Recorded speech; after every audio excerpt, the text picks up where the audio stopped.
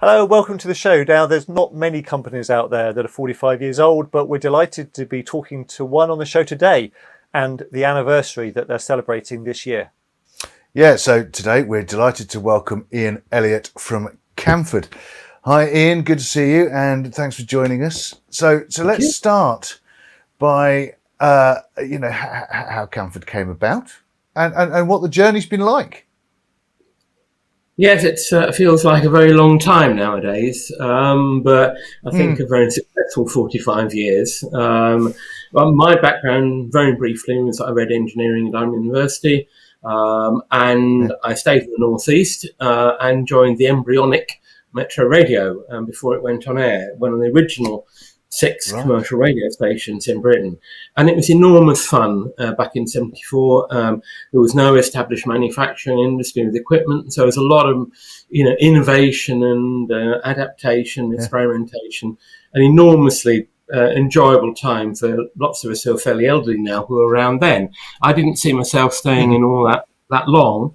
And it eventually became it's boring. And I had this little idea that there might be a market for bits and pieces for radio stations, sort of things that I've been involved in trying to find for Metro. And that's what I thought we'd do. So there's the origins of Canford. Except that I never really intended it would turn into the £17 million turnover company with 140 people that it has done today. And it's been, had some rough periods, but really a rather enjoyable journey. We've got a great team of people. I think that the Northeast is a great place to run a business. Staff retention's very high, and they're very friendly, naturally friendly, and that comes over to the customers. And I think that's one of the things a lot of people have liked about what we've done and the style in which we do it. Right at the beginning, I said we weren't just going to be a box shifter, we would contribute original thought, and we've remained that to this day. And in fact, about 40% of what we do is our own manufacture these days. It's quite a high proportion. People know us quite well now for the newest areas like fibre termination and the custom metal work we do down to our site in Dorset. But it's been a journey that's a gentle transition over a long time. I mean, some of you watching this will remember the Canford Catalogue. There were 44 editions in total. I said that my tombstone might be a Canford Catalogue because I created all 44 of them, paginated them. 24 pages back in 1981, 1,500 in 2010, it became impossible to manage after that. And we'd moved on in life. We'd moved on to websites, and Canford's in-house developed website was doing a really remarkable job. We can do so much more on that website than we ever could in a book. So that was quite a big part of our life for a very long time. We started off with 2 products, an acoustic table, which I've just retired this year because really they've sort of passed their sell-by date, really. And we're now onto the 4th generation of automatic cable tester. But lots of other things have happened along the way. Some, things largely forgotten. That's one of the interesting things about Canford, because we're in a long time. We remember the totally analog days before digital, before computers. And one of our earliest products was a tape splicing block. A precision extrusion. Right. We sold hundreds of thousands of reels of splicing tape over the years. Things that have been and gone, like shifting palletfuls of Ampex recording tape. We've adapted to all of it, though, and the manufacturing has always found little niches. We acquired Technical Projects in 1985, our first acquisition, and the TechPro intercom system is alive and well in its 2nd generation now. 1995, we bought the Neil business, Northeast Audio Laboratories, well known to people. And that is the high-tech end of what Canford does, not just cable and connectors. The Neil interview recorders that are advertised very nicely for us by so many prime series producers, Line of Duty, things like that. Really an icon, like our on-air sign. That's undergoing a redesign at the moment after 30 years of tooling for that has worn out. So all the time there's the things that are developing and what we're doing. 1992 was a big milestone when BBC decided to cease their own distribution operation, which was a catalogue function, and we took on that and absorbed that into our what we do ourselves.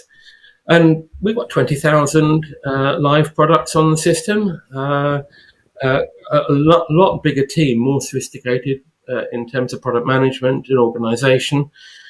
We have a lot of business nowadays that requires a lot more compliance work because we're not just in the conventional broadcast live performance area. We have a lot of industrial business, do a lot in the oil and gas industry, particularly with subsea vessels. We supply quite a lot to the nuclear power industry, the railway industry. So quite a diverse collection, which keeps it interesting and keeps it good for staff. Yeah. I think you've met several of Canford's people at the exhibitions, and they've talked to you about products. Of course, one of them. Yeah. I was gonna come on to just that, Ian. We've had John on the show last year, and he described himself as a lifer, and I'm sure. I'm not sure what number he is on the payroll, but I should imagine it's quite early.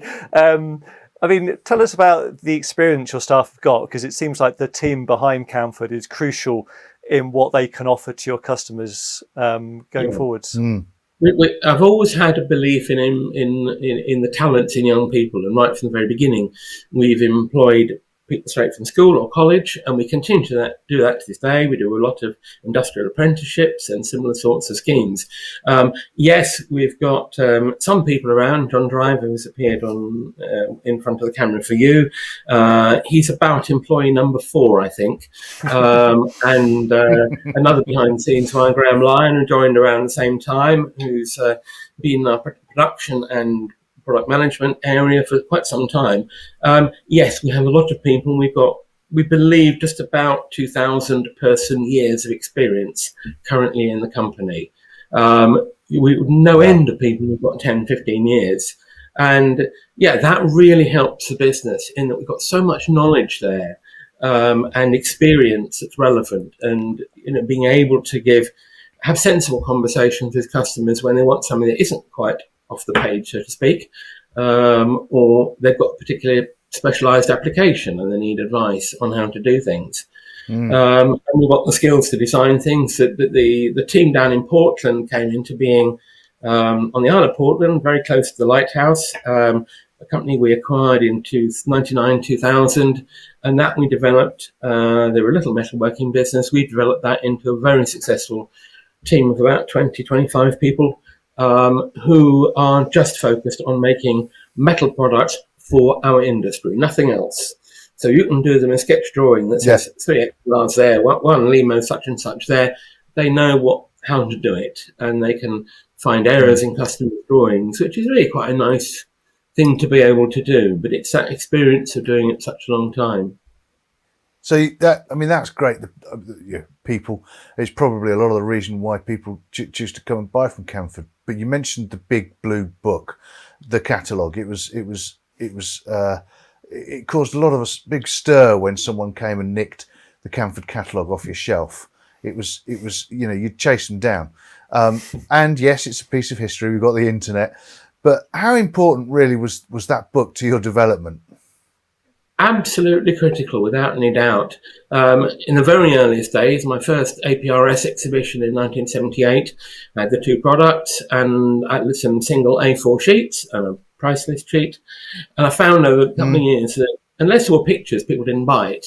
But the thing that I was used to was the RS catalogue, which was 1 volume in those days, and the Farnell catalogue, and they were head-to-head against each other. Stock code, simple description, ring up, and it happens. And I set my target when I produced the first catalogue that I want 3 catalogues on the engineer's desk within 3 years, RS, Farnell and Canford, and us being the specialist. And I reckon I achieved that. Yeah, you're not the first person to comment about the value of the big book. And it would cost an enormous amount of money. Each edition towards the end were costing about £250,000 by the time we printed and distributed it. And it was very heavy. People didn't want to carry it anymore. And but when we felt the website had developed to the point where it was as good as the book, then it took over. And that was that transition. There was going to be a 45th edition in 2012. We bought the paper 35 tons of it, but we gave up the struggle, I have to say. And we've moved. The key transition into the book, you have, like a magazine, you have to hit a press date. With a website, it's continuous editing, continuous refreshing. You can do things quickly and introduce things next week if you want to. And that's a really big change. And having more people as well to do it is a great improvement in my quality of life. So, in going forwards, what's your strategy for the future of Canford?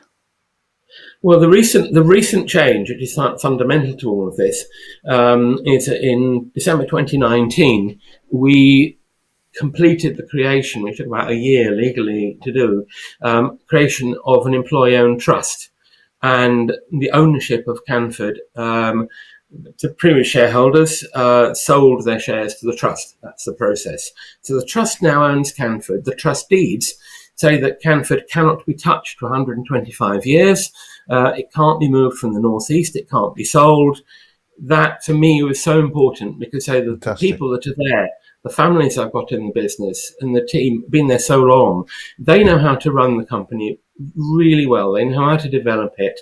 And I've seen so many cases now of the sad ones where founder owners and shareholders had to sell out because they want to retire. And some near disasters or obliteration of companies or Americans with grand ideas that destroy the soul of a business. No, too much has gone into Canford over 45 years for that to happen. So Canford is absolutely secure. We've got a great management team. I'm around for a little bit longer, and probably quite a lot longer actually. But the bit I enjoy doing is the technical engineering work I do, which is designing cables. It was something I discovered that there didn't seem to be many people who did that. And so I learned a lot about it a long time ago. And so now the interesting bit is talking to customers, finding and watching the technology, a bit of both, and looking at what we need to do, and producing nice deployable cables that will go 500 miles at 12G, that kind of concept, what can you do?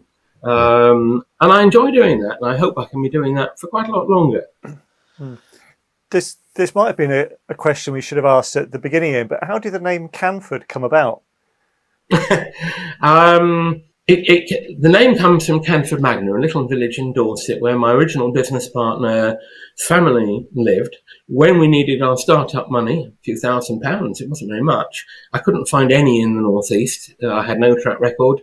And Barclays Bank in Wimborne knew my partner's family, and they were quite nice and lent us some money for a few years, after which they decided we really ought to get a bank up in the northeast. And so we moved. But that's where the name came from. We couldn't think of anything else any better, really. And it stuck. It's unique. And why not? It's as good as anything else. No, brilliant. Thank you very much, Iain. It's been very good to hear the history. And you can find out more at canford.co.uk. And thanks to Mediaproxy for their support of KitPlus TV. And we'll see you next time.